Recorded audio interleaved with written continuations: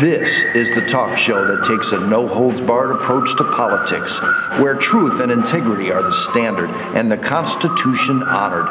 From Renaissance Studios, this is Champion News Talk Radio.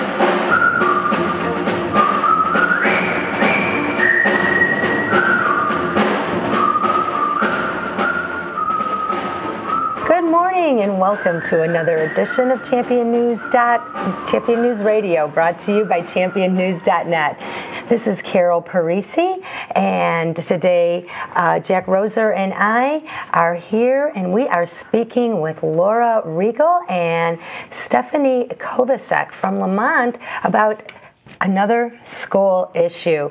And remember, Champion News is where you get all of your political latest update news. How are you this morning, Jack? I'm very fine, but I'm going to break into things just a little bit right here. And I think a lot of people out here don't know how much you've accomplished in this political fight.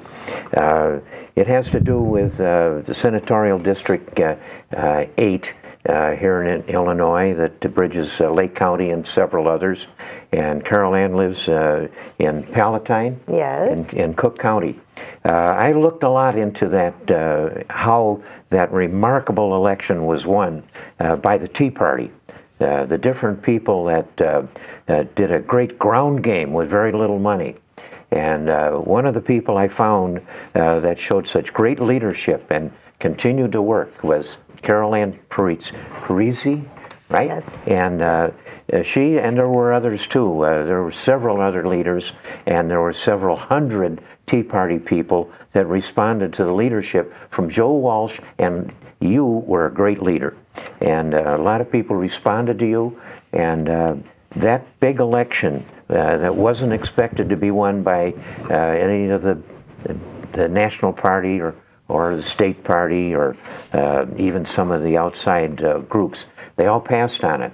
And you were a great leader, and showed the real spirit of the Tea Party people.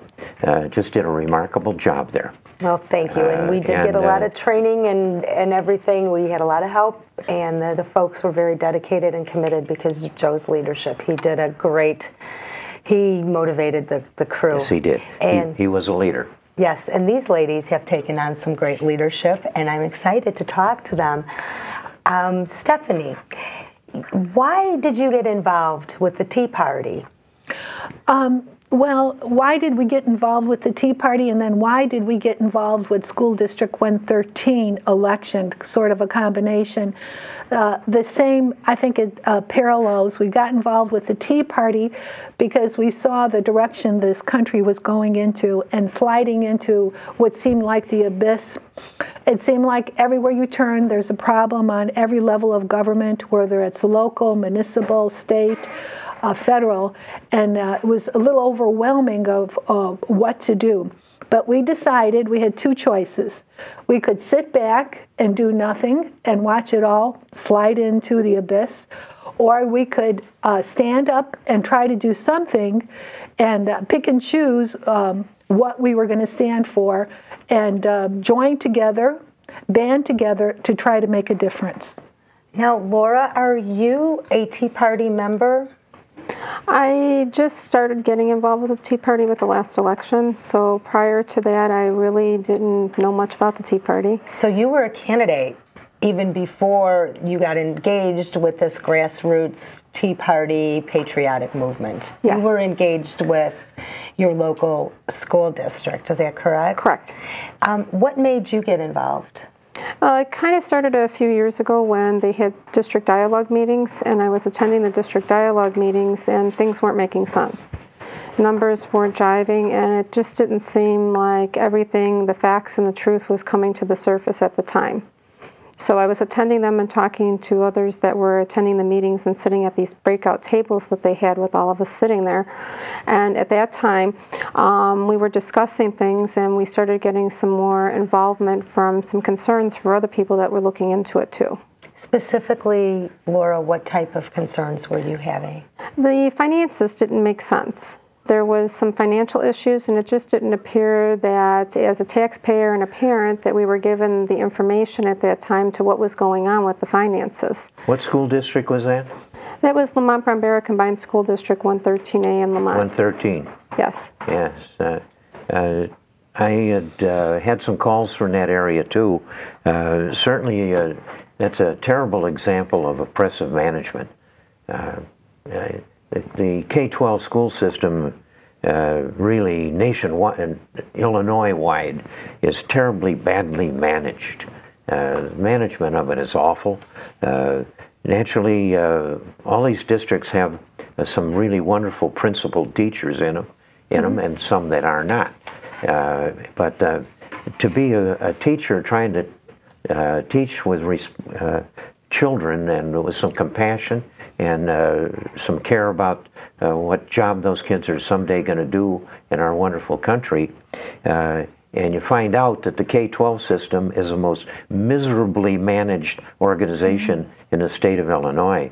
The people that are running it and the union that are in command of it, both the AFT, American Federation of Teachers, and the Illinois Miseducation Association, which is the largest, the meanest bunch of all, they're presiding. That union has forced bad management on the systems, and with results that, like you've seen there.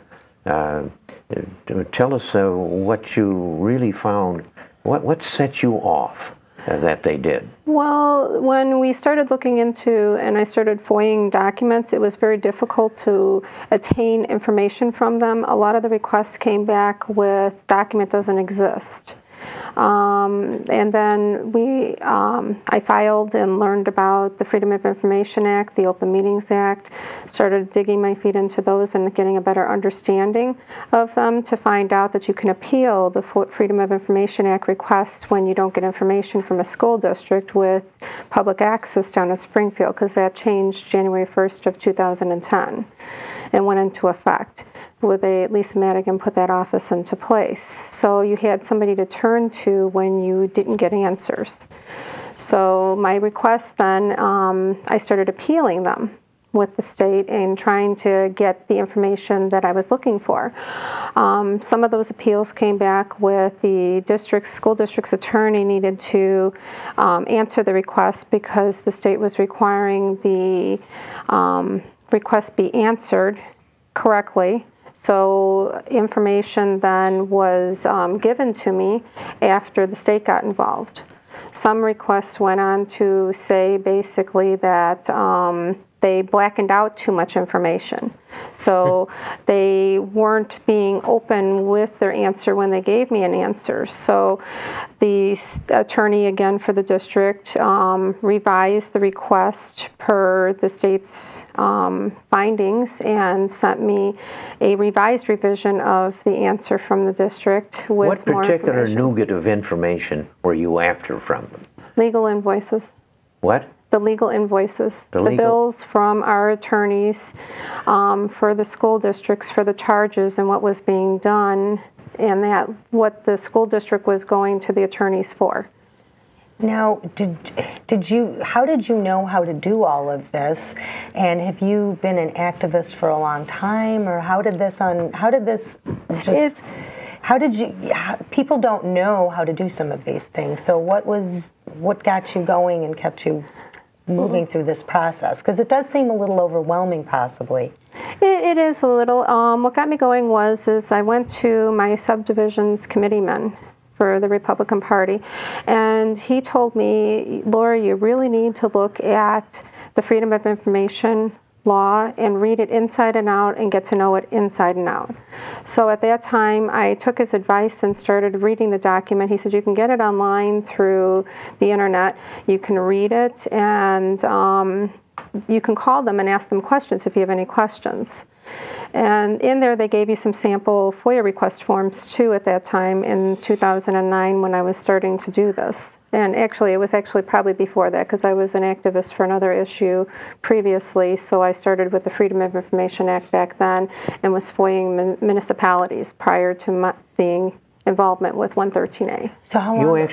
You actually ran for the school board in the election. Right, yes, in April 5th, 2011 election, here I ran for school board. You did not get elected that time. No, this is the first time I've ever ran for an office. Did you have any idea when you went to run for a school board position that it's one of the hardest elections to win? That union was going to throw all the money and the troops in, and the press would be on their side, and that you would have one heck of a time overcoming that kind of political power. Yes. At first, I had people telling me that, but I always thought that the community is a nice small community, so I didn't think that that was going to come into play at all, because the diversity in our community and how the people work together in the community, I never thought that it was going to be that big of an issue. Well, I am looking forward to how the people work together in your community in Lamont when we come back from our break, and step by step what you did, who you worked with, and how this unfolded, and how you got hooked up with the Tea Party.